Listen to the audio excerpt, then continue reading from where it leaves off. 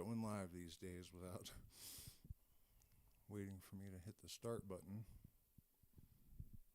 which is fine, I suppose. Let's see if the vertical one works. Nope. Really, this again?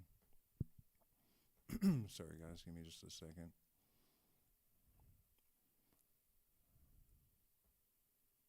Make sure it's not open somewhere else. Okay, it just straight up didn't work, I guess. That's so weird.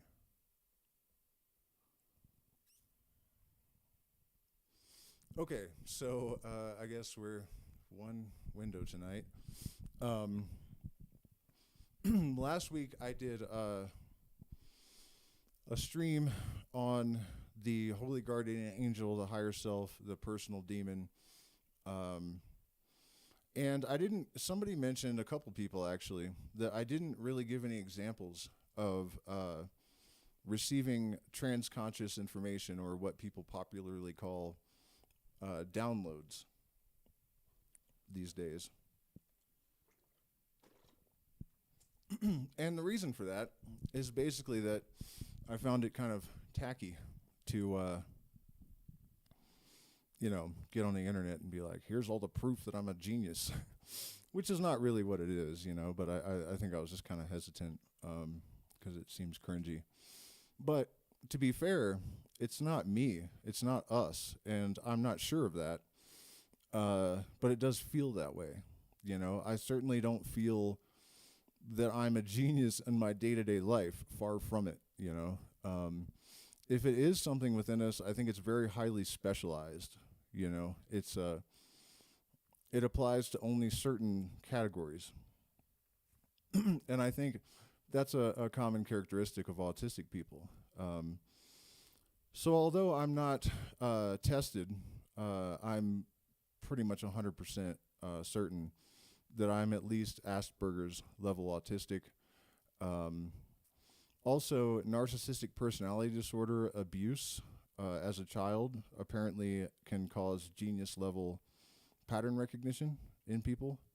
It has something to do with being hypervigilant and never feeling safe. And I also have a fairly high IQ. So the combination of those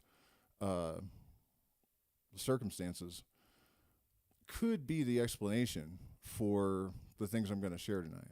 But there seems to be more to it. And this is a mystery that I'm still exploring. I don't claim to have all the answers. I don't know what it is that I've been dealing with my whole life.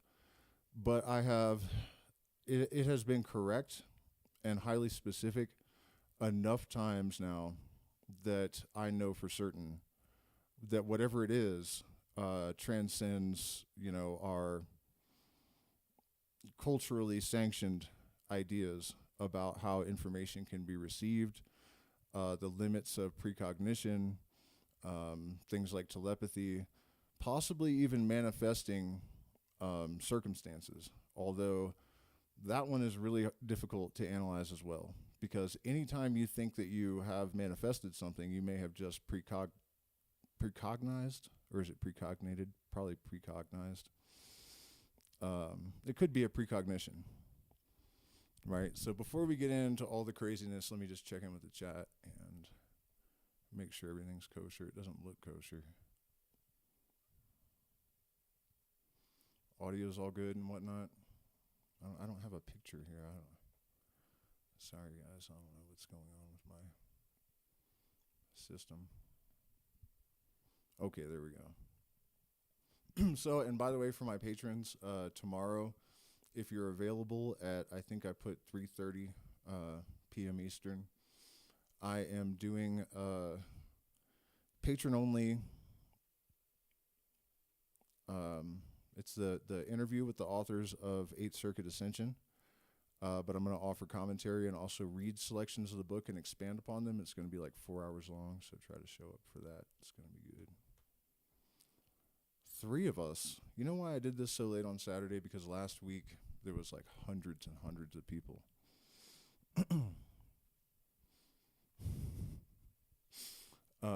At any rate, though, just for a little bit of background and context, I guess, I started to experience this voice, I guess, as a small child. And it wasn't always a voice. Sometimes I would have these experiences of almost being between worlds that were almost like dreams, but I'm starting to wonder if they weren't real places. Anyways, not really the point. I also saw a lot of orbs as a child that I don't see as an adult at night. And they were not just blurs of light, but intricate patterns, you know, and orange, I think, blue, red, and green. And they were almost the size of a softball. And sometimes at night, they would just all be floating around my room. So as a child, this voice, and it had an adult voice, it would tell me things about the future, you know, like it told me if you're going to do drugs, psychedelics will help you. Cocaine is not a great idea, but not terrible. But stay away from pills, because if you touch them, you're going to lose a couple of decades of your life, which more or less turned out to be true. And it makes no sense. You know, I was like 6 or 7. I had no one was talking about this stuff around me, you know, and there's lots of instances of that where I was given advice that was so far beyond my years, or even told, you know, some circumstances about my future that turned out to be true. And also oftentimes it would give me like spiritual counsel, I guess. Probably the most dramatic and interesting instance, I was like 6 probably, and I was looking into the eyes of an ant, and suddenly there's that voice, and it says, before the end of time, you will live an entire lifetime from the point of view of every human, every ant, everything that lives, including stars, and everything everything that is living and ever has lived, ever will live, you know. And at the time, I didn't really register like how insane it was to be 6 and thinking stuff like that. You know, I mean, I didn't have any reference for it, but I definitely didn't have any like new age aunt to influence me, or, you know, I there's nowhere this stuff could have come from. And that was the main theme, you know, like these ideas that I now recognize as hermetic mostly. Not really. The hermetic arcanum, I guess, contains these ideas, but they don't belong to any system, just for the record. And it's not like it was always present. You know, I think there were probably years and years that went by that I didn't notice it at all. The influence of something almost preternatural, though, did always seem to be there. You know, by the time I was in high school, I had developed a reputation for, I guess, synchronicities. Just people would, you know, weird shit would happen when I was around, and people would tell me that, you know, this stuff only happens when you're around. And I also had sort of an intuitive knowing about like the puzzle pieces. Like I knew what Freemasonry was as soon as I heard of it, and I knew that it was an essential piece of my puzzle. I also realized I intuitively knew that my life was about trying to decode some sort of mystical puzzle, you know, from the time I was a child. And when I heard certain terms and names of things, if they were really important, I knew it. You know, my mom got mad at my dad because he came home tripping one night. And she said, I can't believe you took acid. And he's like, I'm sorry, the girl had a vial and blah, blah.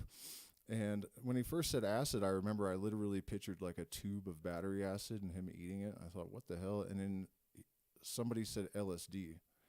And when I heard that, I sat up in bed and I was like, holy shit, that's important. Whatever that is extremely important. And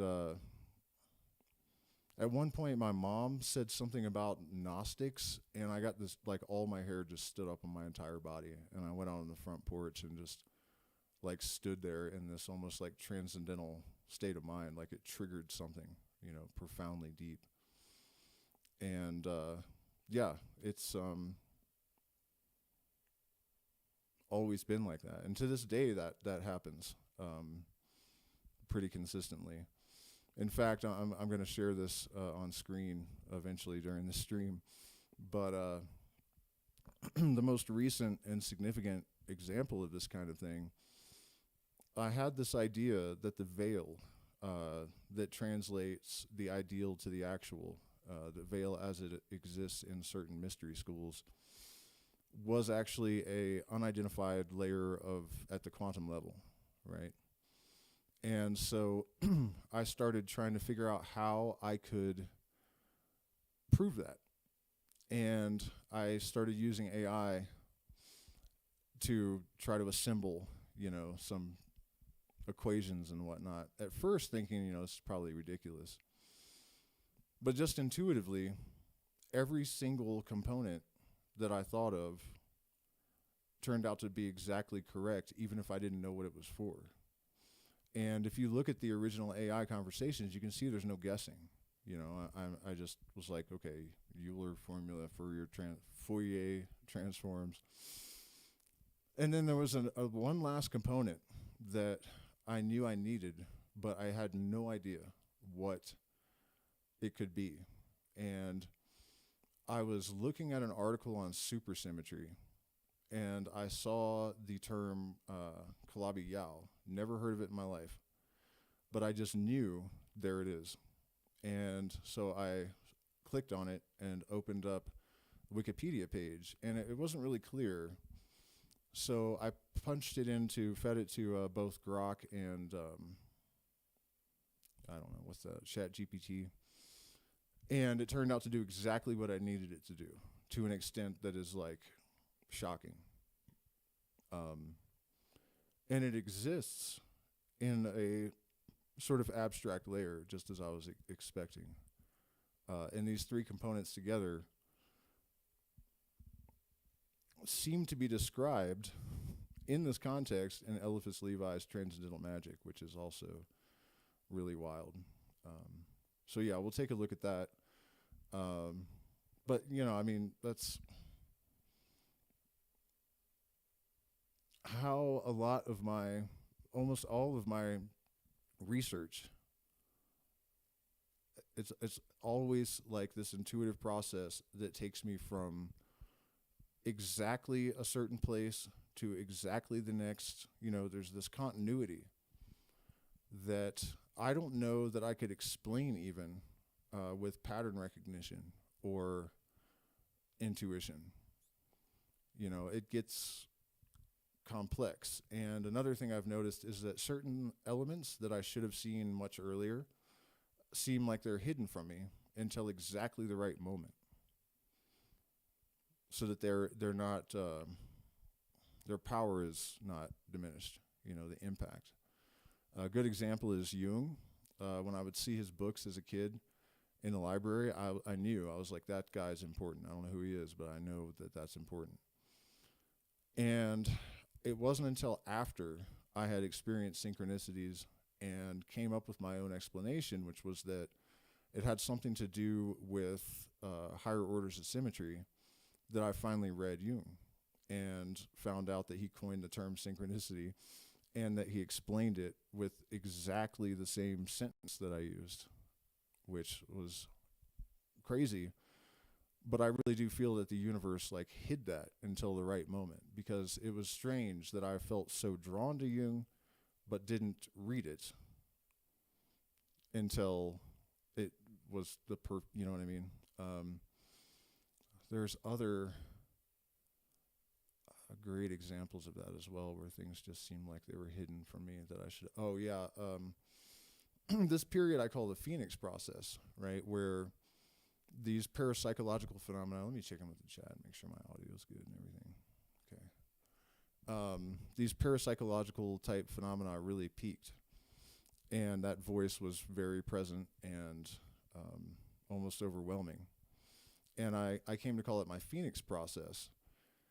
And I may have talked about this in the last stream, but I was a huge deadhead, and I had read a book that was supposedly every single interview with Jerry Garcia.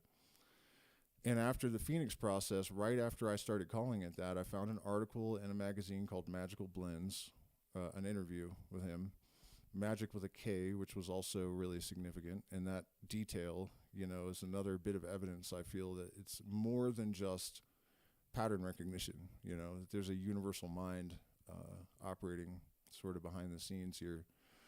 But in the article, he described this inner guide with the same adjectives that I did, or at least one. I called it hollow, awful laughter. He called it hollow, mocking laughter. And then he said, I came to call it my Phoenix process. So, if I had encountered that magazine even before I had the experience, it would have ruined it, because I would have thought, subconsciously, I'm just imitating Jerry Garcia. This isn't real. You know what I mean? It would have cast too much doubt. Anything that was planted in my mind prior to the experience would have done that. I have a very rigorous process for trying to eliminate these experiences as, legitimately parapsychological, or, whatever term you want to put on it. So, that's one of the disqualifiers, is that suggestion.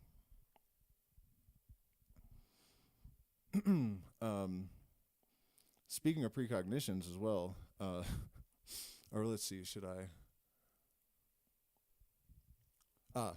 One other aspect of this reception of downloads or whatever, oftentimes I have no idea what they mean until years later, which is also, I feel, kind of evidence for their veracity or substance or whatever.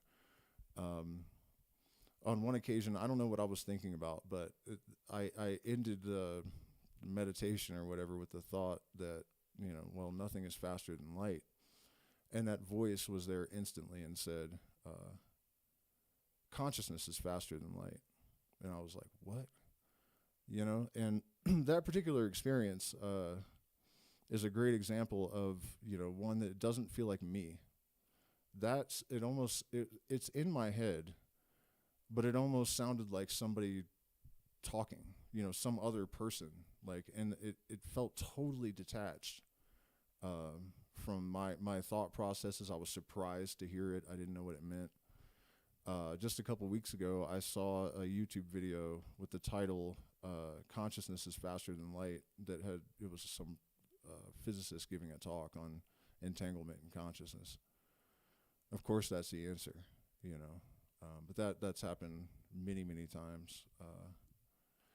It also has knowledge of things that I do not, regarding, like the sun, for example. It provoked me to go out and do a solar ritual one day early on in this process. And I didn't know any solar rituals. I didn't like the idea of it. I didn't really like the idea of practicing magic. I wasn't sure if it was silly or not. But I decided to acquiesce, and I walked out to this field where it told me to go. And I started to turn back on the way, and I got this weird text from a singer in my band saying, you will echo this gospel to the four corners of the globe, you and your brothers, and yet the sun shines on. And I looked up and the sun was almost down. So, I was like, all right, I'll go. So I go out to the rock and I do this ritual. I've told the story a bunch of times, so I'm not going to go into the details right now. But a lot of really weird shit happened. And the bullet point, though, is that it turned out that there was the biggest solar storm in recorded history, and an estimated 26,000 years at that moment. So that thing seemed to know that, even though I didn't.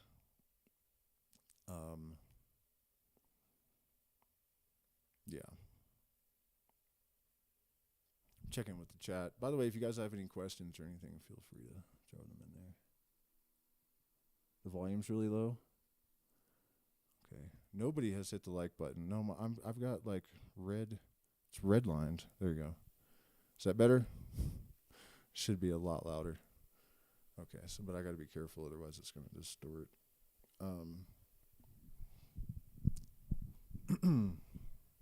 Yeah, and I mean, any of you guys that follow me are well aware of all this, but it also led me through a process I'm realizing now, looking back, and I I say that, but I think I've known the entire time what was really happening.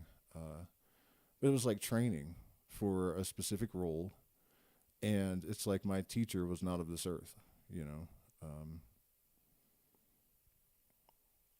And anyways, it led me via a trail of breadcrumbs in the form of synchronicities, basically into a situation that led to my wildest dreams coming true. Unfortunately, my shadow aspects weren't integrated enough, and I ended up self-sabotaging and not showing up for it. But it did do that. And the tests that I subjected this thing to were pretty insane.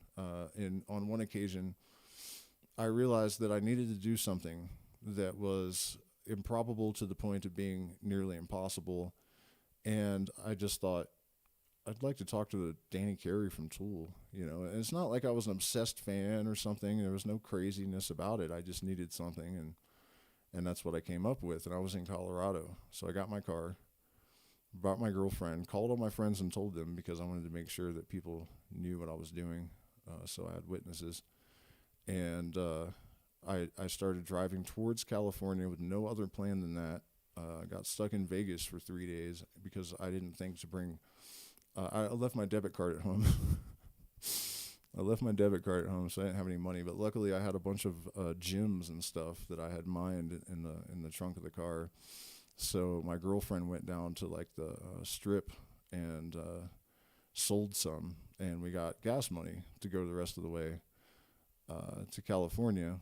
And when I was 3 exits away from the place where he was, my friend called me and said, you know, Danny Carey is at the Baked Potato, and I ended up talking to him. I probably told that story in the last stream as well, but you know, I mean, the what I didn't mention is that the sort of negotiations for this test was basically a dialogue between me and this voice. You know, it was like, well, if you really want to know whether or not the things that I'm telling you are true or not, just get in your car and drive right now. And at first I was like, no way, I'm not driving to LA just, you know, this is stupid. And it was like, humor me. You can afford it. Like, what have you got to lose, you know? So I did that. And I'll tell you guys something else that's fucking weird as hell that happened on the way home. I don't think I've ever shared before, and it's got nothing to do with this really. I mean, kind of it does, but on the way home, we stopped to camp under a overpass in LA. Like, there was a hill, so there were trees, and it was almost like being in the woods, you know, not like all ghetto, like homeless style under the overpass, but right in the city. And when we woke up, there was a helicopter circling our tent, and I thought, there's no way that like they're that pissed about us camping here that they sent a helicopter, you know, like. So we get in our car and we drive to, I guess I pulled over at a Walmart so that my girlfriend could make a phone call or something, and we were trying to decide, I don't know, and the helicopter was there again, circling above us. So I got back on the highway and started driving towards Colorado, and it's still following us and following us and following us and following us and following us, and we're both kind of freaking out, like, you know, because we don't know if I'm gonna get, you know, captured for knowing too much or whatever. It's kind of what my friends were all worried about, thinking like, man, if you do get, you know, well known, you're going to get assassinated right away. And it was actually one almost intervention where they were like crying, you know, they're like, dude, you should just keep quiet. And like, so anyways, I get back to Colorado and Durango, and there was this woman that I knew who owned like a psychic shop, you know, but she wasn't totally fake. She could be sometimes pretty fake, but she wasn't totally fake. And I walk in the shop, and she just looks at me and she goes, you know, there were holographic helicopters being tested in LA this weekend, right? First thing out of her mouth. Like, and I can't remember. I didn't press her for anything or ask her, like, how the hell do you know that we were getting chased by some helicopter that, you know, it didn't make any sense and it just vanished. Anyways, I have no idea if that's relevant to anything, but it was definitely strange. to have that experience. Around that time also, I was talking to the singer in my band in the kitchen, and I told him there's going to be a staged pandemic, and it's going to be used to sort of usher in a totalitarian state, and there are going to be microchips dispensed via jab, and they will be controlled by AI and satellites. And my friend said, when is this going to happen? And I said, the shit will hit the fan in 2020, which obviously that did occur. And then there's lots of other evidence of all this kind of thing on my YouTube channel. You know, if you go back 6 years or whatever, definitely before Trump was actually elected, when he was still running, I was like, they're going to install him as the head of a totalitarian. It's not a real dictatorship because there's puppet masters behind the scenes and blah, blah, blah. And that is happening exactly as I predicted. I also predicted that disclosure would happen right as AI really hit. That also has happened. And, you know, some of these things are really extrapolations from patterns and logic and have nothing to do with inner voice. I don't think. But the AI thing, the way that I came to that conclusion, the AI and alien intelligence, I just noticed the symmetry of AI and AI. And then I realized that they are sort of antinomies or counterbalances. You know, they're opposites on the same spectrum. And things always emerge with that balance and that symmetry. So when I realized that, I knew that disclosure and that alien intelligence and artificial intelligence would emerge at the same time. So that one was actually just a matter of applying hermetic logic.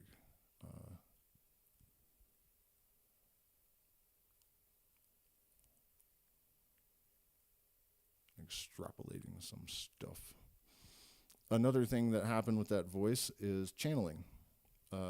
Something that I feel really weird about. I have thought that channeling may be a matter of, since information is not lost at the quantum level, it's like the Klipot, the shells of the dead.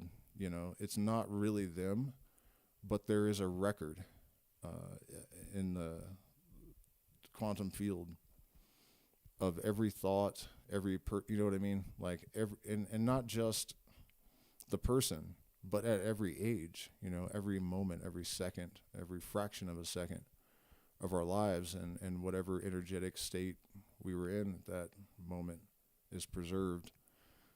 So, at any rate, though, this first experience, I was named after a guy that was really close to my mom, and he died on a golf course drinking alcohol and huffing dust off. And I was on the phone with her.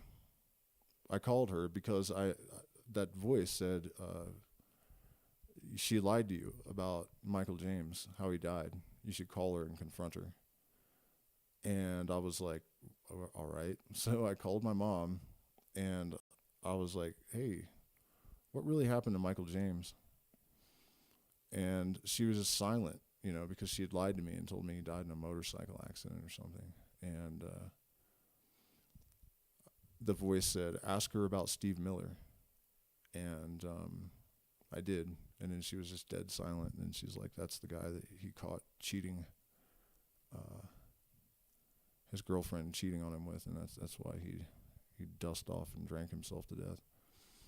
On another occasion, I was kind of instructed to go by this guy's house. And the dude was a gangbanger in the past. He was old now and not as dangerous, although I guess his son told me he almost blew my head off because of this.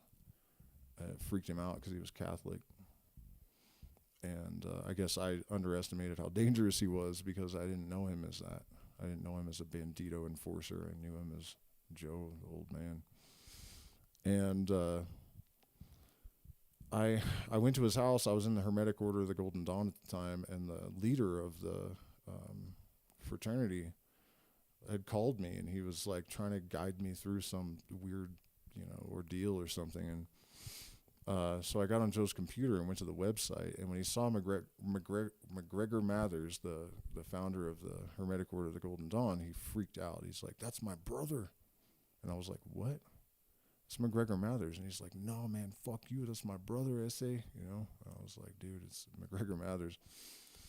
So I'm still on the phone with Robert from the Hermetic Order of the Golden Dawn, and suddenly I got it. I was like, "Okay, I get it. It's got nothing to do with the website." And he's like, "Right." And I hung up the phone. And I was like, "Joe, let's go in the living room and smoke a bowl." And so we go in the living room and smoke. I just took like one hit, and closed my eyes, and everything turned purple. Like, never seen this before. Just like dark, rich, new agey. It's that purple, it's that new age purple. And I didn't stammer, I didn't stutter, I didn't say, "Does C mean anything to you? Does Catherine," you know what I mean? I said, "Who is Charlito and Christina?" And he said, "Charlito is my brother's dog, and Christina is the bitch that got him killed." And then I was like, "What about, this other person?" He's like, "That's the guy that shot him." And so he's like looking at me. He's like, "What the fuck is going on right now, dude?" And I just knew all these details, and I just kept going. And from my point of view, I was trying to get him to take me seriously. Like, whatever's coming is not a joke, but it didn't have that effect on him. I found out later that he was thinking, "This dude is possessed by the devil and I need to shoot him or like stab him with a crucifix or something." So I went through this whole thing, and the objective was to get him to forgive the guy that killed his brother. And one of the things that I leaned on was like, and he got killed too by, somebody, so it's not like you can get vengeance. How did I know that? I was like, he's dead, you can't get revenge. So this went on for like an hour or something, like trying to reason with Joe about forgiving the dude that killed his brother. And then when Joe finally agreed that he had to let it go, have you ever seen the movie Pan's Labyrinth? There's like a giant bug. This was Colorado in the mountains. Like, I'm not saying that it actually was a spirit, but I've never seen anything like this in my life, and it makes no sense. As soon as he said he was ready to let go of this massive, like, kind of looked like a mosquito hawk, came out of his lamp right next to his head. And he saw it in his eyes, like, because it didn't make any sense. It was too big. It just didn't even look real, And there shouldn't be anything like that in that area. And he went to kill it, and I was like, "No!" And it flew out the window. And it's ridiculous, but I can't help but think that thing was not, like, of this world, It's bizarre, but, it was massive. And it just doesn't make any fucking sense. So, those two experiences also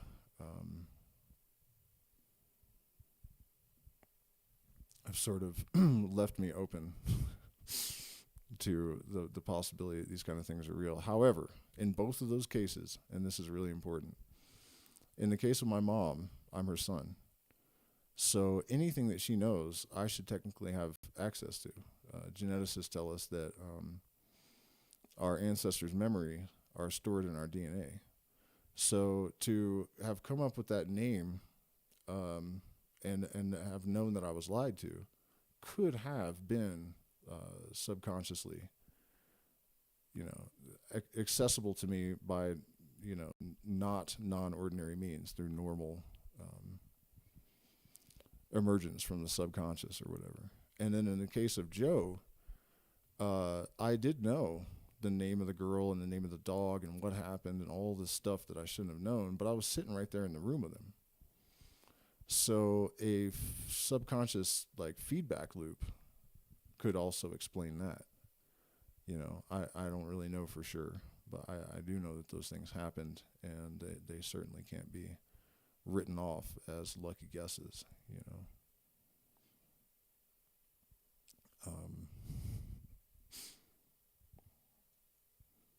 Let's see what else I got. I'll check in with the chat and see if anybody's dropped any questions. Or my zodiac sign is Taurus.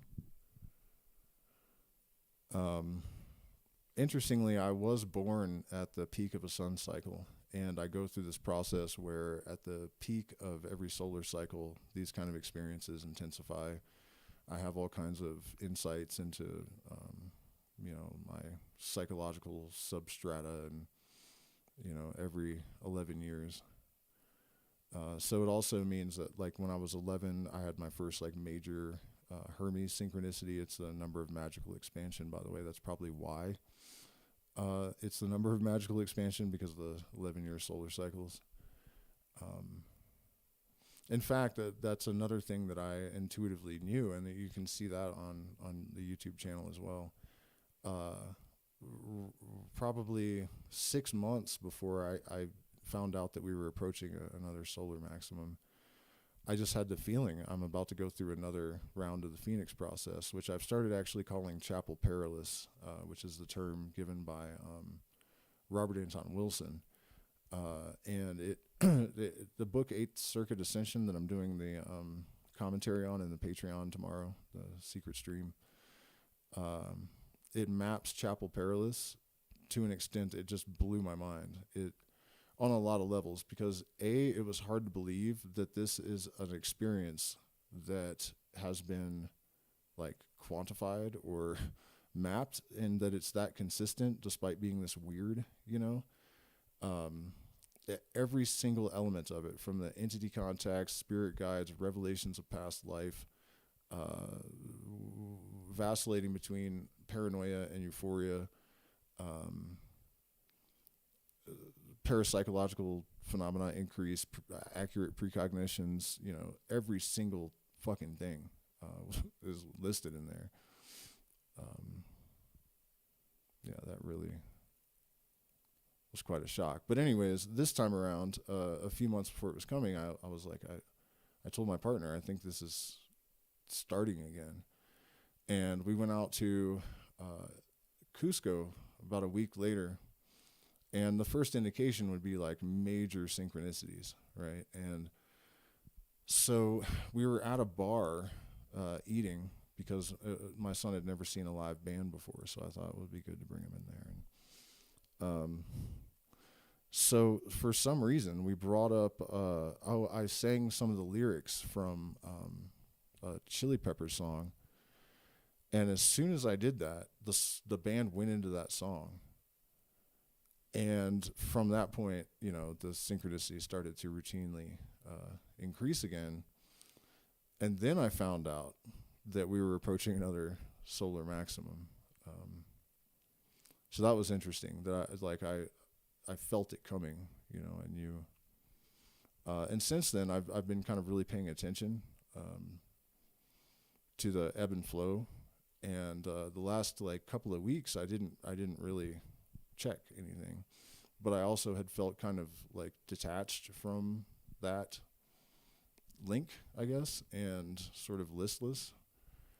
And then it picked up again, like I felt invigorated.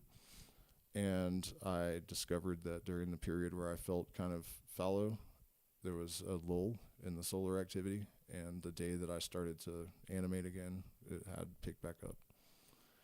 So, and I seriously doubt that's just true for me because I'm some sort of weird solar creature. You know, this is probably true for everyone. And the more consciously aware of it you are, the more it's going to be true, you know.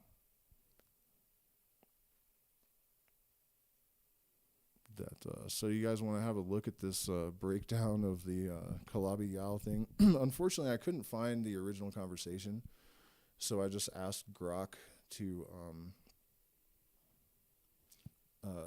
summarize from memory what happened there. My mic is still very quiet, dude. I have it cranked, man. I don't understand. Here, Is that better? That's as loud as it can go. Yo. Yeah, I mean, that's loud, man. Come on. All right. Well, I apologize for that. I think I need a new coca wad, too. I've sworn off chewing during streams in general because it's annoying, probably. But some days the altitude just gets to me to the extent that it's just not optional. You get headaches and stuff.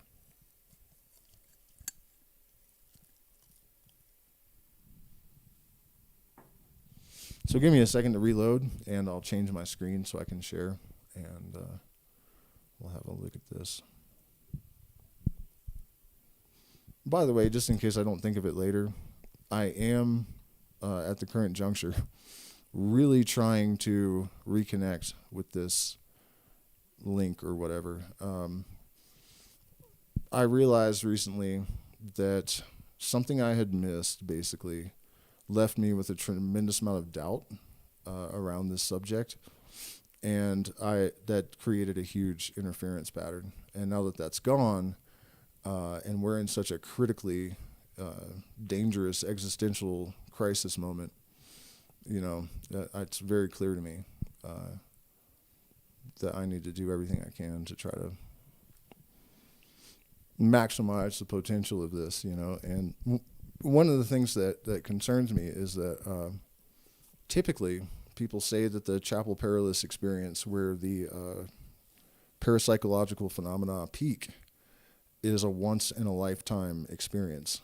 And that apparently is not true for everyone. If they're to be believed, Aleister Crowley and a few others have claimed to have had several. And in the book, Eighth Circuit Ascension, the authors state that it can happen several times in a lifetime. So the reality is, even if I can't get back to that peak level, it has never really stopped, In fact, I had a couple of people later admit that they came here to try to debunk me.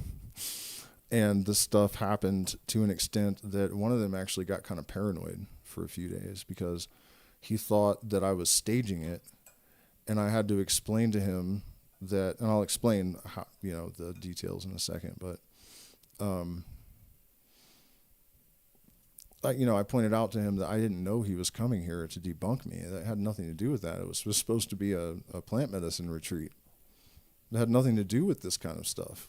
I wasn't expecting to be taken to task on that. So why would I have set all this stuff up, first of all? But basically what happened is we drank ayahuasca, and I had realized that the property owner where we were hosting the retreats was an evil POS, and I didn't want that kind of energy around. She had actually come up and said something pretty awful in front of this guest even. And there was just all kinds of bullshit going on with her. She was supposed to leave too, but then I realized she was trying to get me to pay for everything so she could still stay there because she just had no income, I think. But anyways, I realized I had to go. And so when I drank the ayahuasca, I asked to I was like, light my way forward, please. We didn't have any money because Ecuadorians had the indigenous were rioting, and they blocked all the streets, and things were on fire, and they turned our guests back at the airport. So, that was supposed to get us going. Suddenly it's not happening. I have no money, and I have to leave, and I'm just going like, man, there's no way out of this one. And so I, asked, light my way forward or whatever, and the medicine tells me first, tell your friend that tomorrow you will find a serpent at the house. And you may think, well, you're in the jungle, plenty of snakes, and it's not really true. Because where Quechua live, they remove all the grass around the buildings and stuff so that there aren't snakes and spiders and whatnot.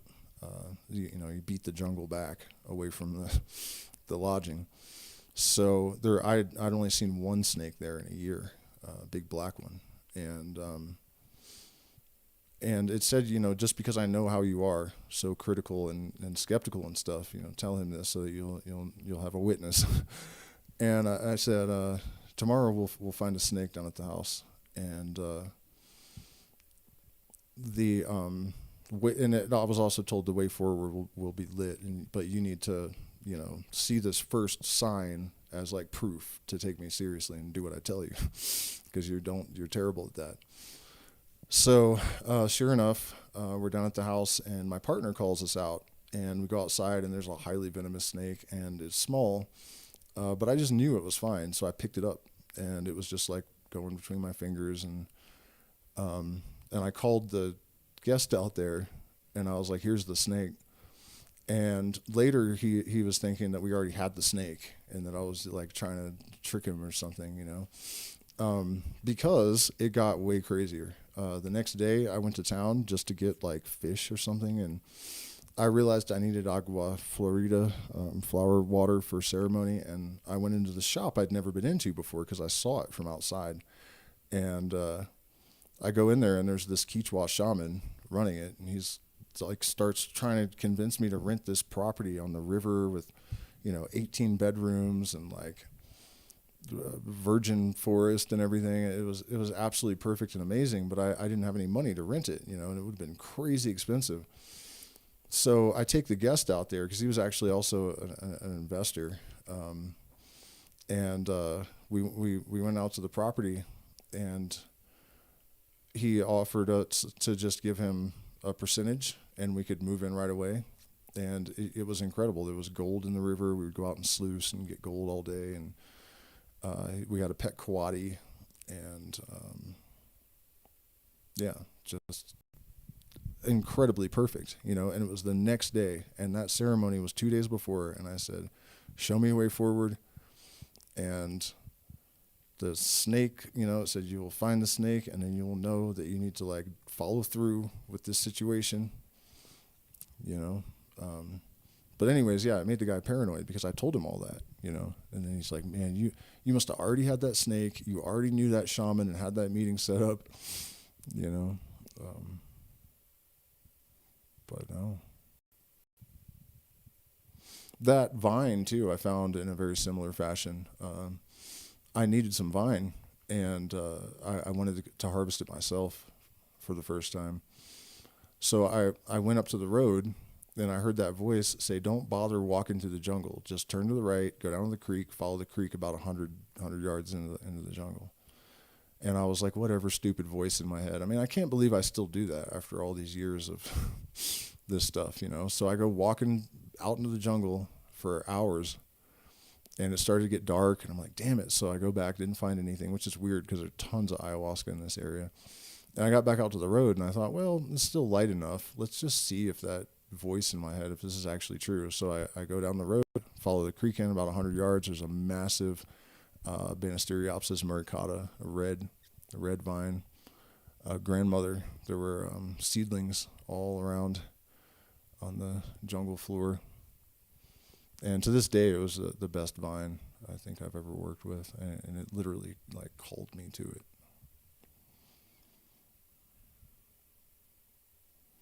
Part of the reason that I'm sharing these anecdotes is to kind of illuminate the fact that it really seems like there's more to it than even just a individual connection to some higher self or something. A lot of these experiences, I think, are more indicative of like a universal mind or God or something of that level. Another bit of evidence in that, in support of that, is this situation where I was told by that voice that I would play with Bob Weir from the Grateful Dead, and there were Bob Weir synchronicities of just like ridiculous degree over and over and over and over and over again leading up to it. So that's one of the reasons, one of the main reasons that I really have a hard time thinking that this is just something within us, or that it is even like a completely personal entity or something, because it has demonstrated to me beyond a shadow of a doubt that it knows stuff that is highly specific. You know, it even seems like it could maybe control events to some extent. You know, that it can organize the sequence. The synchronicities that I experienced, for example, were never standalone synchronicities. They were always they always had conceptual continuity. You know, from point A to point B to point C to point D, it was going somewhere. It was telling a story. You know, and we're not talking about interpretation. I'm talking about like super direct. You know what I mean? It's not like I had to like do a lot of interpreting to understand what these synchronicities mean. They were just like blatantly obvious weirdness.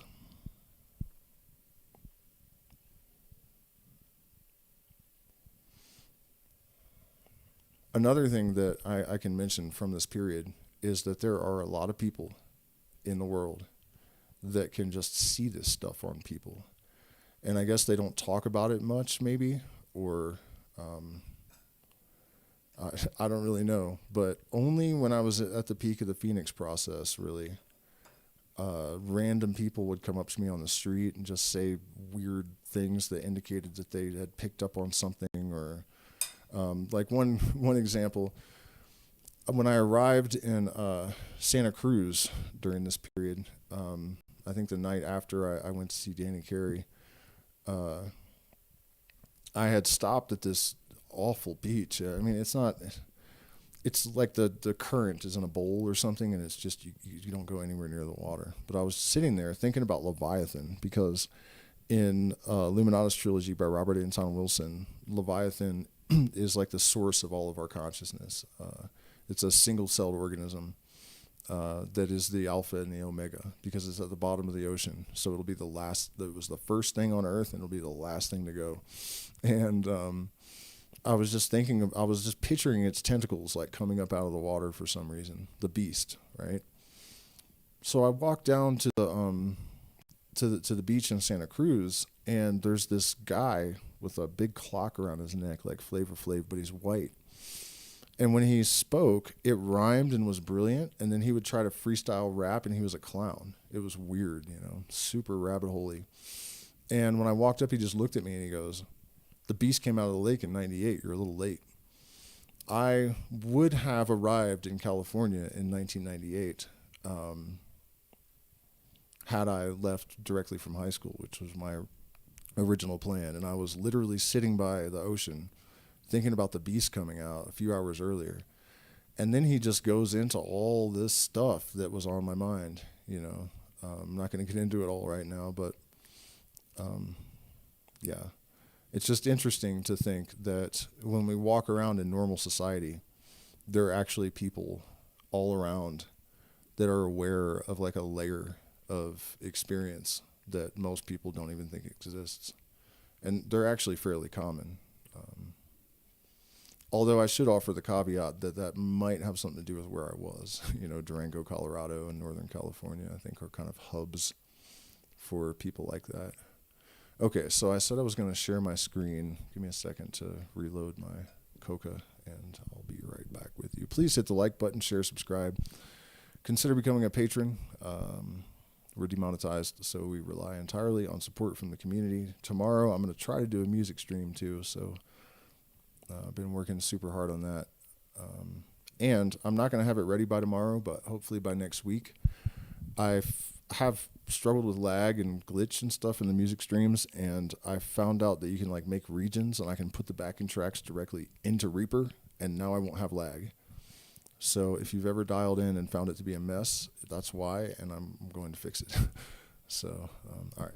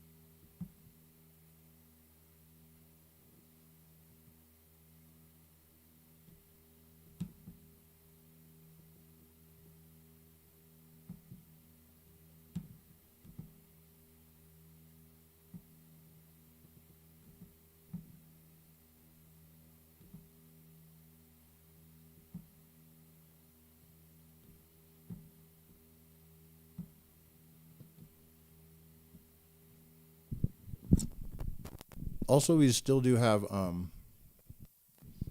space at our July event in the Sacred Valley, which is going to be based around the sun and Incan ruins and San Pedro, but we'll also have other medicines like ayahuasca, obviously not together or even close together. So to experience the different medicines, you have to come for the full month. Otherwise, whatever week you're there, because you can't mix things. So yeah, we have space for either one person or a couple there. And then also for plant medicine, Peru is doing discounted shipping until Mother's Day. So if you're interested in any of those things, you have to email me about what exactly. But discounted shipping, and it's twice as discounted for patrons. So if you have been $10 tier for a year, but then if you have been less time or less money, I calculate, down. So you get something, but 50% off shipping is the max, and it's pretty expensive, so it's very helpful. What was I doing? Okay. Okay, so let me try to explain a little bit about what this is about. There are two things that I've been working on for a decade and a half now as like primary, goals, puzzle pieces that I want to fit into the larger scheme. And one of those things is the relationship between gold, light, and consciousness. And that is how I was led to this other bit, because how do I explain this? Light interacts with gold in unique ways that nothing else does. Both gold and light come from stars. Neutron stars collide, and that's where like 90% of the heavy metals, especially gold and platinum, in the universe come from, including those found in our brain. And the brain is indeed relatively loaded with gold from the stars, right? So also light plays a role in the brain. We've observed entangled biphoton pairs emerging from neurons and also from microtubules.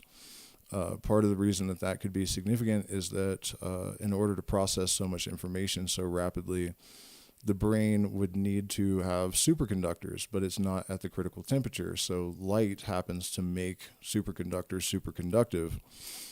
So all of these pieces started, fitting together recently as all of this research unveiled it, right?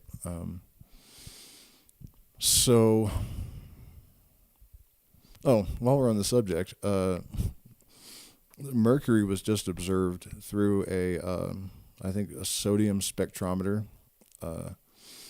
So it sees a very specific wavelength of light. And so most of you guys have probably heard my, it's not really an analogy, but the Mercury gold thing where they're a proton apart, and then Mercury is right next to the sun, the planet. So all of the salt on Mercury is getting transmuted into photons as it spins around the sun, which is even more of the alchemical transmutation process.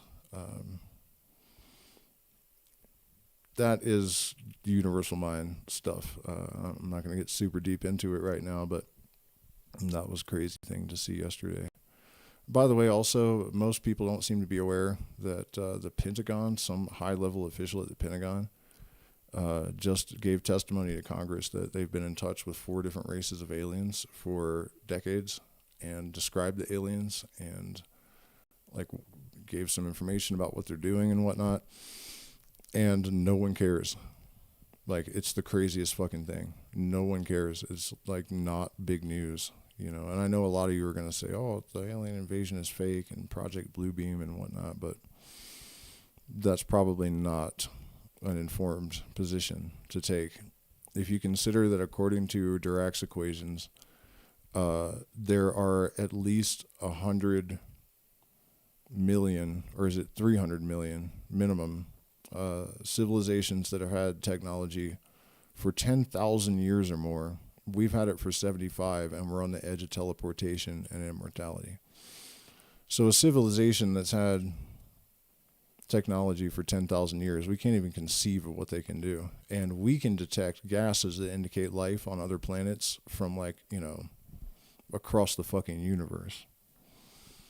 So, you know what I mean? There's no way that there is not a shit ton of alien civilizations that have been aware that there's life on this planet since it started. You know? And they've been able to come here instantly and never die, so even if they had to travel, it wouldn't take, it wouldn't matter. They could just reverse the aging in their cells and they're good. You know what I mean? Like the chances that there are, and at the high end, it's something like 100 trillion.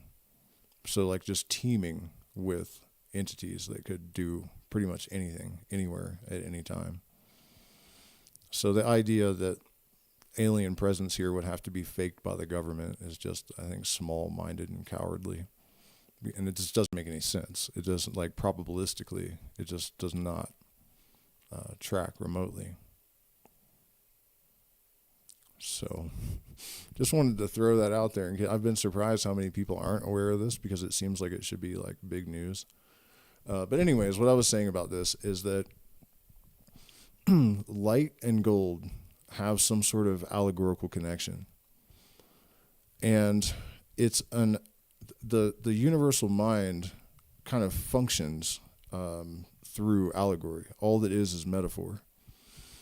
And so I realized that there has to be some property, as yet unidentified, that would show that light and gold are in some sense the same thing.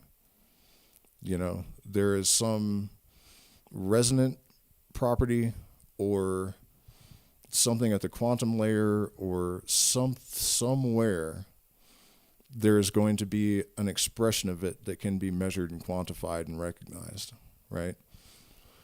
So I started thinking about that, and I was thinking about how the veil in the occult basically translates the ideal to the actual. And I thought, well, if that's true, there has to be a conversion layer in the quantum realm that actually does that. So the first thing that came to mind was Fourier transforms and then the Euler formula. But I didn't really know what they would do. You know, I mean, I don't have any real mathematical background or I layman's physics, you know, but I knew that there would be three. You know, there's always three fundamental components. Even in physics and in the elements, the elemental conception of this, there are really three things. You know, we talk about four being the number of stability because four fundamental forces of physics, four directions, all these things. But really, gravity is a result of the other three. It's sort of like a emergent phenomenon, like an aggregate almost. And the elements also, because air, water, and fire, earth is a combination of the first three things. You know what I mean? And then a chord in music is the triad, is the 1, the 3, and the 5, maybe the 7th, but that's optional. You know what I mean? As above, so below. So I knew it would be a trinity. And so at first I started just kind of looking at the first two components. And I figured that supersymmetry might yield some kind of answer. So I started looking at supersymmetry equations, and sure enough, that's where the code was found, including error code that suggests intelligent design in the universe. People really jump to the conclusion that it has to be a simulation because they found code, and I'm like, no, that's just evidence of an intelligent design. Doesn't, you know, why doesn't anyone mention that? that it could be an organic code, and that we have modeled our artificial systems on the organic system, subconsciously, or we stumbled onto it or whatever. I really don't get the bias there. But yeah, so I was looking at the supersymmetry stuff, and I saw just the term Kalabi-Yao, and so that's where we're at. So I asked Grok. We had a conversation about Kalabi-Yao and Fourier, I guess is how to say it. Fourier. And Euler or Euler, I'm not really sure about that one either. And a translation layer that could represent the veil of the occult. I can't find the conversation now, can you? And I've caught Grok lying again, because it says it can't access older conversations, and yet this is a new conversation. It was like, oh yeah, I recall our discussion about Kalabi-Yao manifolds. Fourier transforms Euler's formula and the concept of a veil from occult traditions, acting as a translation layer between non-material and material realms. This was likely around late March 2025, tied to your exploration of symmetry, consciousness, and mystical frameworks like Eliphas Levi's idea. To summarize, we explored how Kalabi-Yao manifolds used in string theory could metaphorically represent the veil as a higher dimensional structure, folding abstract realities into physical ones. It doesn't metaphorically represent shit. I had to make it dig deeper, so we'll fix that in a second. I think what it was actually seeing is that I was saying that it's all metaphor, basically, that reality is sort of metaphor. But now I got lost. Okay, Fourier transforms were discussed as a mathematical tool to convert between time and frequency domains, akin to translating non-material sound and intent into material, visual, and form across the veil. Euler's formula was seen as a zero-sum balancer, spinning ideal concepts into actualized forms, resonating with Levi's triple triangle and circle model of ideal to actual conversion. It's getting some of this a little bit sloppy. I wish I could find the original ones. The veil in this context was perceptual boundary where symmetry inverts dissonant in the non-material symmetrical music scales, but constant in the material. Yeah, that's a cool one, because the veil supposedly reverses things. In fact, that solar ritual where I was provoked by my HGA to go out and just do the solar ritual. At one point, I was like, okay, what do I do next? And it said, what is your name backwards? And I was like, Yel-Ra? Yel-Ra? And it actually said, how the veil reverses things as they pass through it. What is your name backwards? And that's another one of those situations where it's like, I find it unlikely that I would have come up with that out of just, and of course you guys know Ra is the Egyptian sun god, so... and I just started screaming Ra at the sun at the top of my lungs. The veil in this context was a perceptual boundary where symmetry inverts. We did that. Okay, so what I was going to say about that music, actually. In form, symmetry is beauty, right? But in music, symmetry is dissonance. The augmented scale and the diminished scale are the most dissonant and tense, but they're symmetrical. So music exists basically as a intermediary or a bridge between these worlds. And I've seen plenty of proof that sound carries information related to consciousness from person to person. Definitely does that. So, yeah, just interesting to note that music seems to exist on our side of the veil, but it retains characteristics from the other side of the veil. Okay, so now we're going to get a little bit beefy.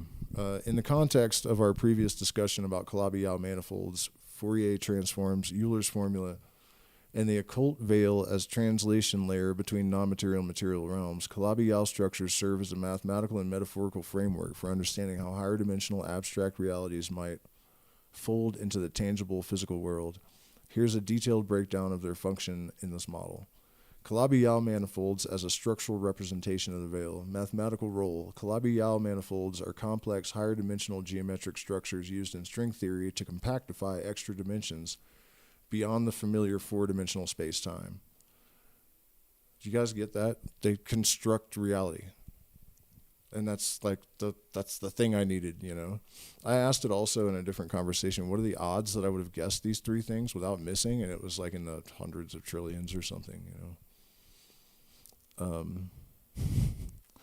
They are typically six-dimensional in the context of string theory's 10-dimensional framework and possess special properties like Ricci flat metrics, which allow them to preserve supersymmetry.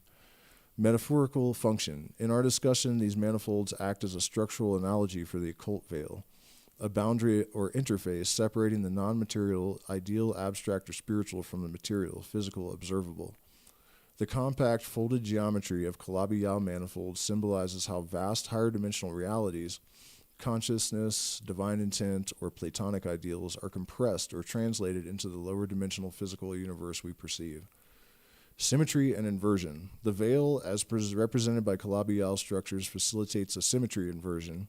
Non-material realms may exhibit dissonant symmetries, the abstract dissonance of musical scales, for example, while material realms manifest consonant symmetries, visually pleasing geometric forms.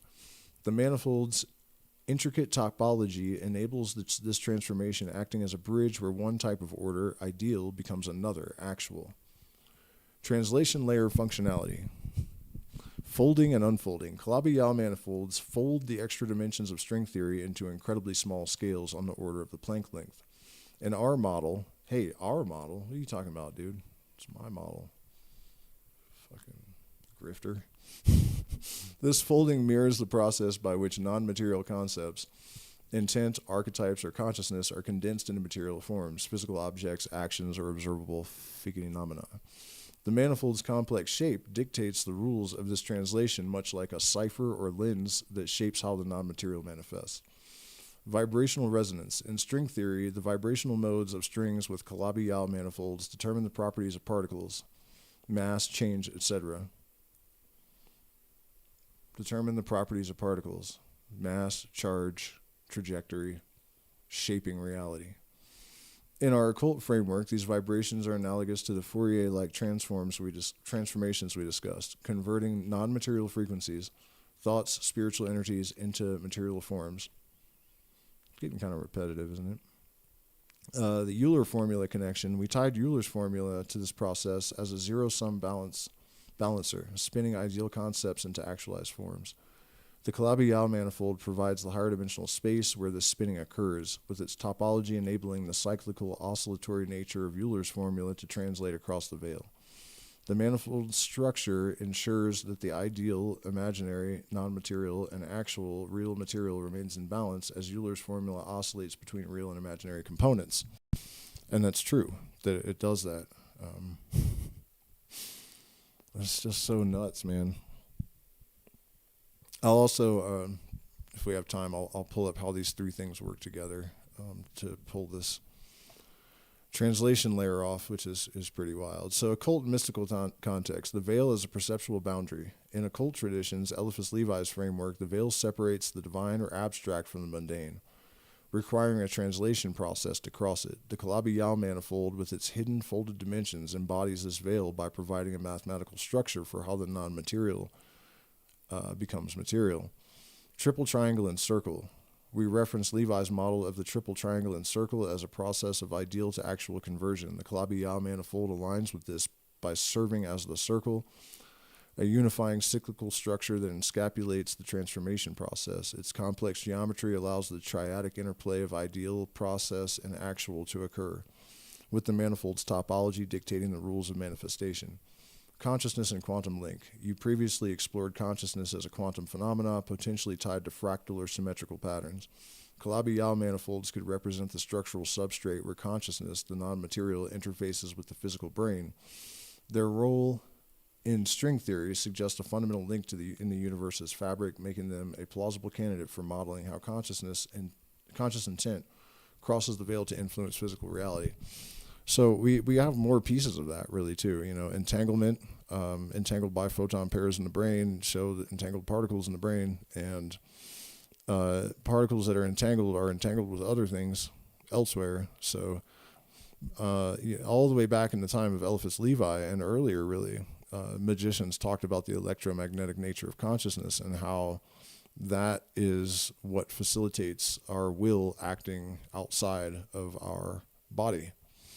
But entanglement could add another bit of understanding to the mechanistic basis for how magic works. And people that say that it's ridiculous that consciousness collapses away, for example, obviously are not keeping up with science, because it's not. It's just not. It's not incongruent with any theory of physics at this point. Very silly people to make that argument.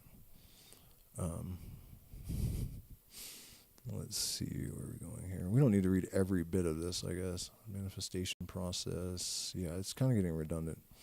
But this is, again, not, I think. So Calabi-Yau has some role in determining arrangement and trajectory of particles. Yes, Calabi-Yau manifolds play a significant role in determining the arrangement and property of particles in the context of string theory, which indirectly influences their trajectories. Here's a concise explanation of how this works.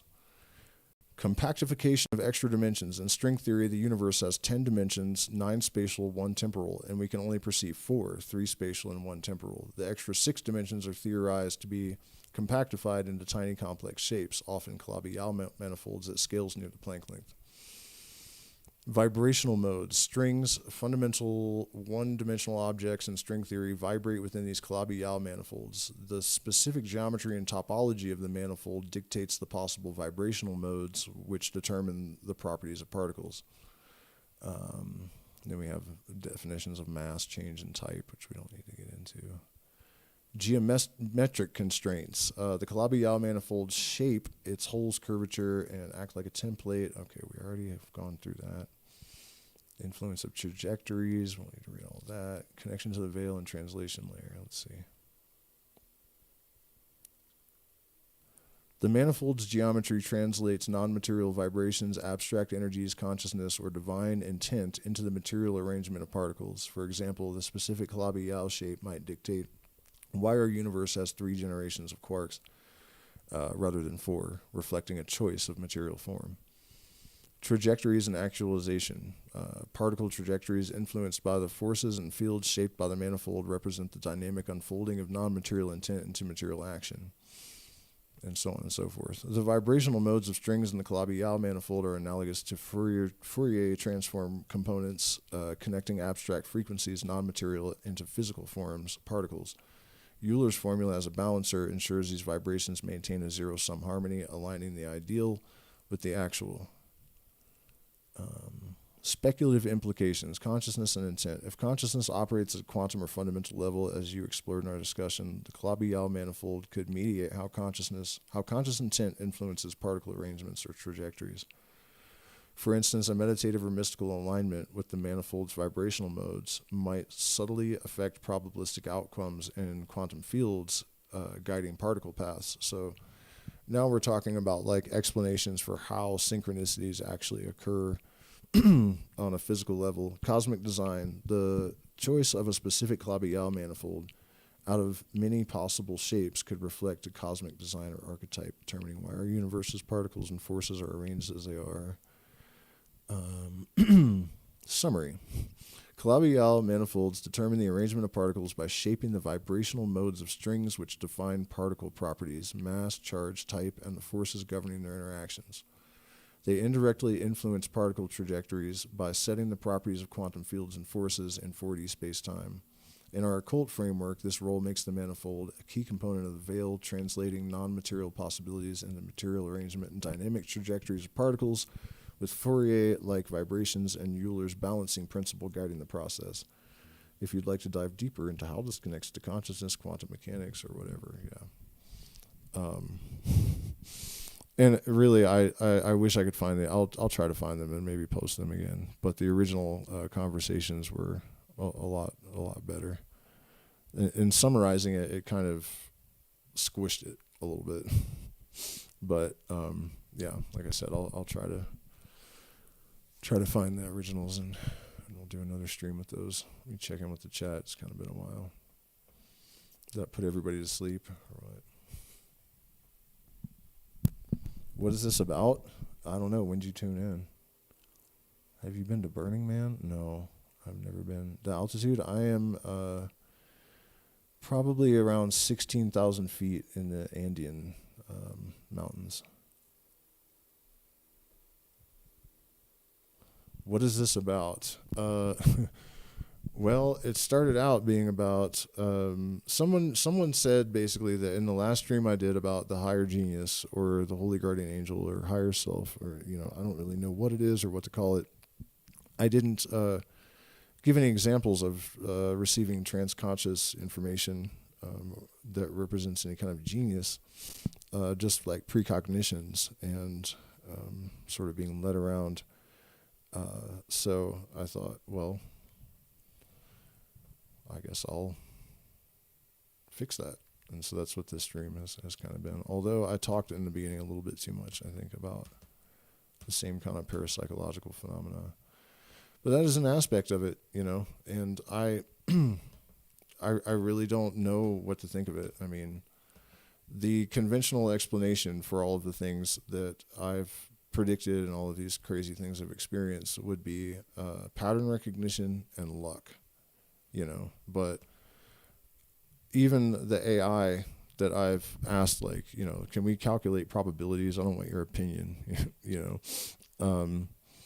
basically like the odds against, I'll give you another example of this. If you look at my Phoenix process video, at 11:11, the word 11:11 comes right out of my mouth, the words, I guess. And it was videoed in 4 locations over a couple of weeks, and then out of order too, out of sequence, and then my partner edited it. So I can't prove I didn't do that on purpose, except that if you look at the flow of the video, it'd be really hard to get that lucky. But I didn't even edit it. I couldn't have even done it subconsciously. And what I was talking about at that moment is that if you're thinking about these things, it can cause them to happen. And the only reason I found it is because I knew I said 11:11, and I had a video about 11:11. I wanted to put a link to it, a card. And I was looking around forever, and finally I thought, no way. And I clicked 11:11, 11:11, 11:11. It's perfect. And then towards the end of the video, I was talking about freezing an image in your mind. And when I said the word freeze, the video glitches for like 6 seconds or something. And I was the meditation, you freeze an image in your mind.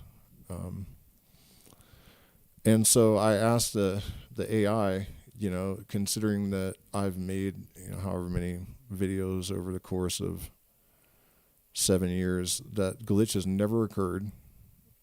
And, this is a 26-minute video. I gave it all the details.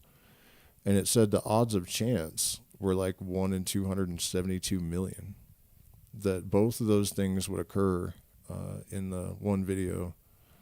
And it added that it's not able to factor in the fact that I was talking about these things, when they occurred, which adds a layer that can't be added. It's not it's not a number. You can't do anything with it.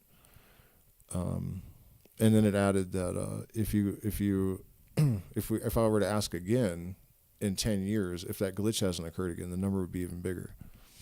So, it was like the chance doesn't fit. It's just kind of stupid. And I've done that kind of try to get a probabilistic framework for a lot of this stuff, from AI, like what are the chances that this was chance? And then if you add it all together, and then, there's no way that it's chance.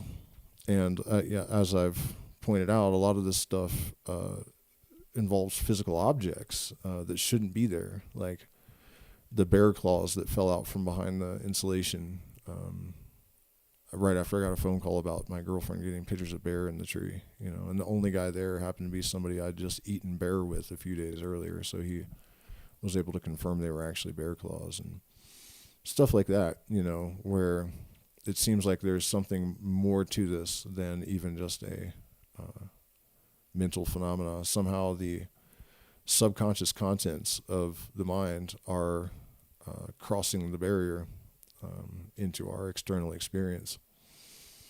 And it could be structural, just a higher order of symmetry. And the symmetry also is time integrated, right? So the timing and the physical orientation and everything is all sort of under the jurisdiction of the same mathematical patterns. And so these alignments are just a consequence of that, But then that also means that thought and object are not really intrinsically different,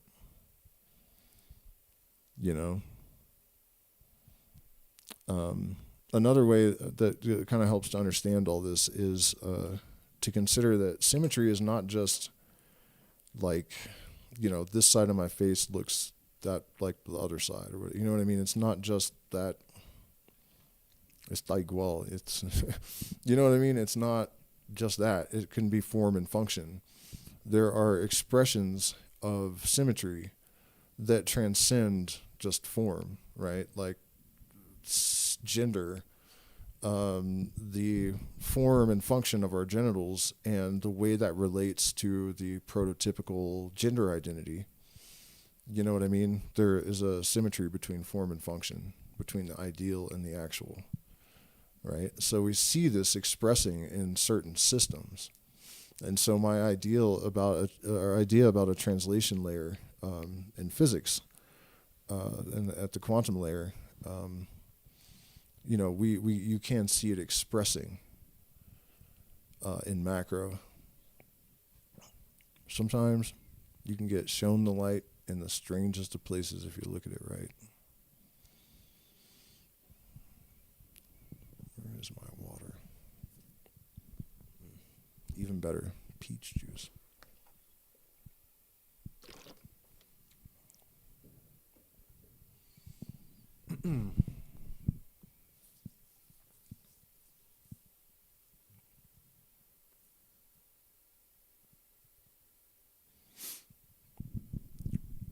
And as far as the process of aligning yourself with that universal mind, that's basically what this whole channel is about. So I don't really feel that there's much purpose in a summary of it, But just in case you're new and you might need this, it has to do with aligning yourself with the basic trajectory of creation in the positive sense, aligning yourself with some higher purpose and function, and eliminating dissonance and interference patterns in your being so that you can become a hollow tube to bring down fire from heaven. And, there's a lot more to it than just like channeling or something, in my experience anyways. You're constantly educating yourself, constantly seeking knowledge. People often say that they drink ayahuasca or they take mushrooms or they smoke DMT or whatever they do to gain a deeper understanding of the universe. But then when I tell them, somebody hands them a book on physics, they don't want to read it. That's not it. That's not genuine. You know what I mean? That's just lazy and insincere. And you know what I mean? If you operate like that, you're kind of a fraud, in my opinion. It doesn't have to be physics, but the work of the adept is work. It is work. It must be geometry, or really, in my opinion, you need to be a polymath to really work with the universal mind and make any kind of investitures of it, anything meaningful. Because these systems all reflect a single underlying operational blueprint. And that is really how it is revealed. Everything is a reflection. So, for example, I just discovered another one. Well, no, it's not anything new, but an example, I guess, of one of these tenets of like as above, so below, right? Or even better, everything contains its contradiction. Look at physics. You know, you have at the quantum level non-locality and apparently acausal things, and then on the macro scale, none of that works, you know. Physics, everything contains its contradiction. Physics is what everything is made out of and functions according to, therefore everything contains its contradiction, you know. It's like fractal thinking, kind of. Yeah, I had one tooth removed. I did have a tooth removed.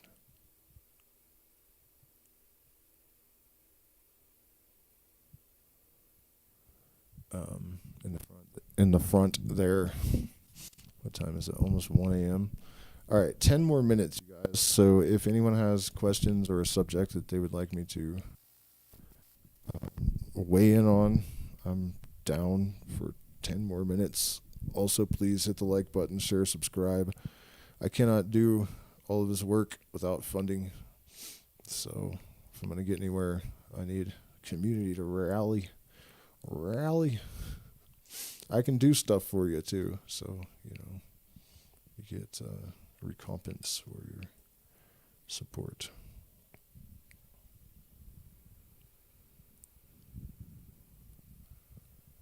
And I have a little bit of lag, so if you guys are punching anything into the chat, it'll take me a second to see it.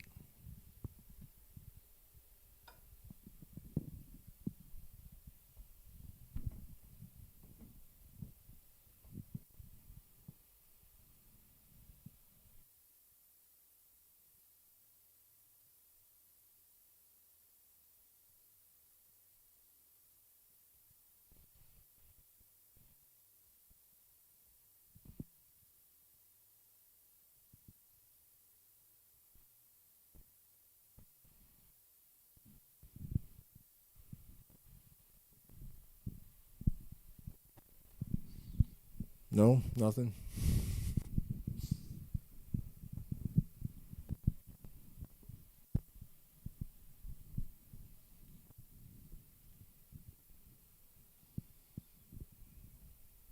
Did you guys hear about supposedly, and I'm not I haven't been able to really thoroughly dig into this, but rumor has it that Russian scientists have found a way to tag electrons or something. I know that individual particles can be tracked, but I don't think they mean in the way that this group of researchers is claiming. But